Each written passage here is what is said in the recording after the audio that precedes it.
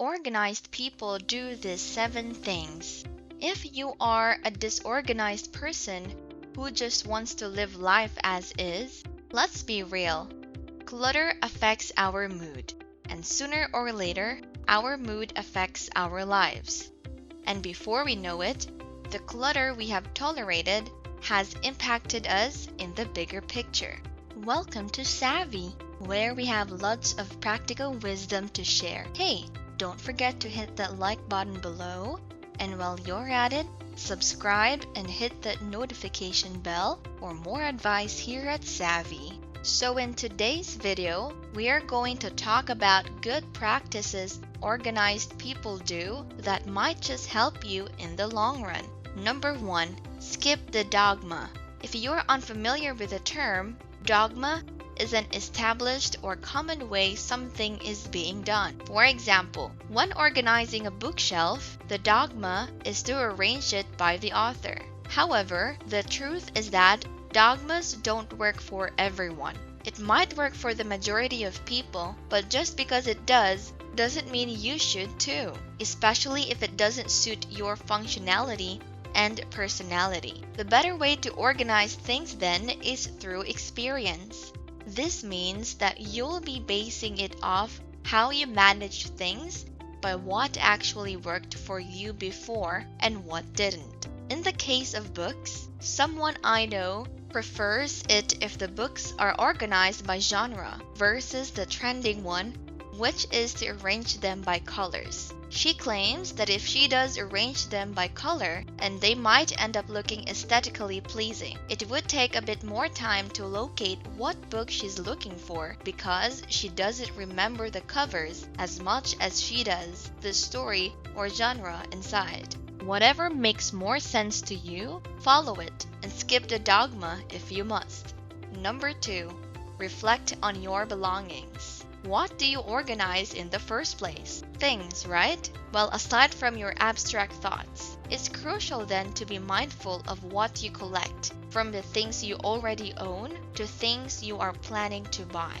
Let's start with the things you already own. Make it a habit to assess them during your scheduled cleaning session. You don't have to be a minimalist to declutter. Just be honest about the value of each possession you have. Does it still serve a purpose, or does it just require useful energy to be maintained which you can use elsewhere? Maybe someone else can make better use of it, and if so, make a donation or resell things which still has a chance on the market. As for the things you are planning to buy, always be mindful of your personal bias. That keeps adding reasons to buy it versus the reasons why you should reconsider. Is it because of the trend? While you should consider your own happiness in buying things, also remember that happiness is fleeting for some things, and it's only after you have swiped your card or spent your savings that you realize you're buying more a decoration rather than an object of utility. Number 3, make labeling a habit. Labels. When they're used effectively, life is surely easier, and I mean this literally. The tricky part about labeling your stuff is figuring out their containers in the first place. If you find yourself with this dilemma, try reusing old containers to sort your things in and then do the labeling after. But what is the effective way to label? That depends on you. But as a standard tip, consider this example. If you're planning to do a room makeover or are planning to move into another property, try putting things together as they are grouped in your space. Not all wires go together, so it would be useful to group your electronic wires with the equipment it has been with on the desk, rather than grouping them with all wires you are boxing. Number 4, rely on systems. Figure out a system to rely on when remembering things, because this system would be your best friend. Trust me, allow me to paint you this picture. You're sitting by your desk and getting a pretty notebook out, listing all the organizing you're planning to make. Your grocery list and categories are there, including your financial trackers. All is going well for a day, or until you skip one day because you find it tiring to take out your pen and notebook. until one day you completely lost track because you left that notebook and pen at your house while out shopping. Your finances and organization are all over the place, and by the time you get home, you can't remember everything that needs to be out in the notebook. It's a mess, and all of us have had this experience in one way or the other. To solve this, build systems that are accessible, convenient, and preferably cloud-based. This would mean to choose systems that rely on technology, where being cloud-based means being available in any electronic. In a nutshell, skip solely depending on your memory and turn that notebook into relying on an app, preferably a free-to-use one, that you can update anywhere, anytime. Being on track is essential in being organized.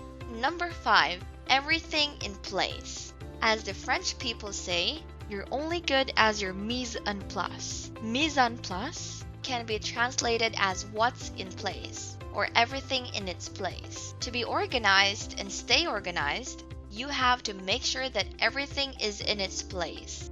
And the only person who can control that is you. Yes, mess is inevitable. Sooner or later, you're gonna have to make clutter on your desk as you work on a project or are fixing something, but you have to make sure that in the end, you put everything back where you got them and not just stack them in the desk to be promised another time. When you have established an organized room or system, respect it and make sure to not let laziness get the best of you when it's time to put everything in place. Number 6, backup plans. Did you find yourself in a situation where you had everything ready, but life threw a surprise challenge, and then everything is out of place after? This is why backup plans are important. It doesn't have to be grand. It could be as simple as having a backup bottle of your favorite facial wash to ensure your skincare isn't disrupted,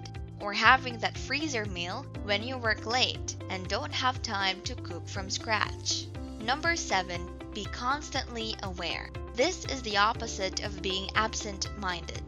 To make sure you have an organized mind, also make sure that you are actively aware of life, of things that need to be done. You can start this awareness by listing out all the things you depend on, which if forgotten, would disrupt your life.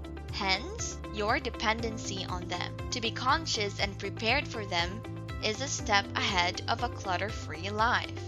Well, that is enough practical wisdom for today. Don't forget to give us a thumbs up below. We will be posting 4 to 5 videos per week. So click that subscribe button and that notification bell to be notified of our new videos weekly. Thanks everyone and see you in the next video. Ciao ciao!